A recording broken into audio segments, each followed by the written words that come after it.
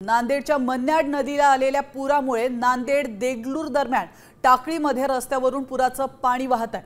आपण या दृश्यांमध्ये पाहू शकतो। या पुराच्या पाण्यामध्ये पिकअप घालणं एकाला चांगलंच महागात पडलंय, त्याचं चांगलंच अंगलट आल्याचं दिसतंय। स्थानिकांच्या मदतीने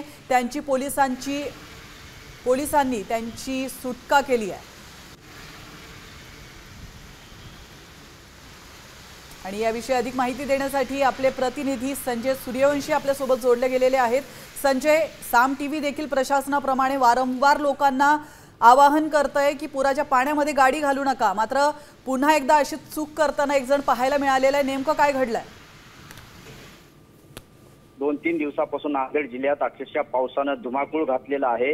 गोदावरीसह इतर नद्यांना देखील मोठा पूर आलेला आहे। मन्याड नदीला पूर आला आणि देगलूर जवळ टाकळी या नाल्याला देखील मोठा पूर आला आणि या मन्याड नदीच्या पुरावरून एक जण पिकअप गाडी घातली आणि त्यामध्ये दोघ जण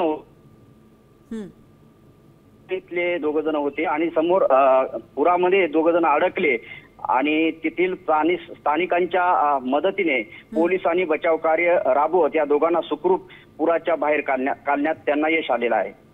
नक्कीच धन्यवाद संजय, तुम्ही दिलेल्या महत्त्वपूर्ण माहितीबद्दल। आपण पाहतोय पिकअप व्हॅन वाहून गेली आहे, मात्र सुदैवानं चालक आणि त्याचा सहकारी बचावलेला आहे। खरं तर या पोलीस अधिकाऱ्याचं कौतुक करावं लागेल। आपला जीव धोक्यात घालून या पोलीस अधिकाऱ्याने या दोघांची देखील सुटका केली आहे।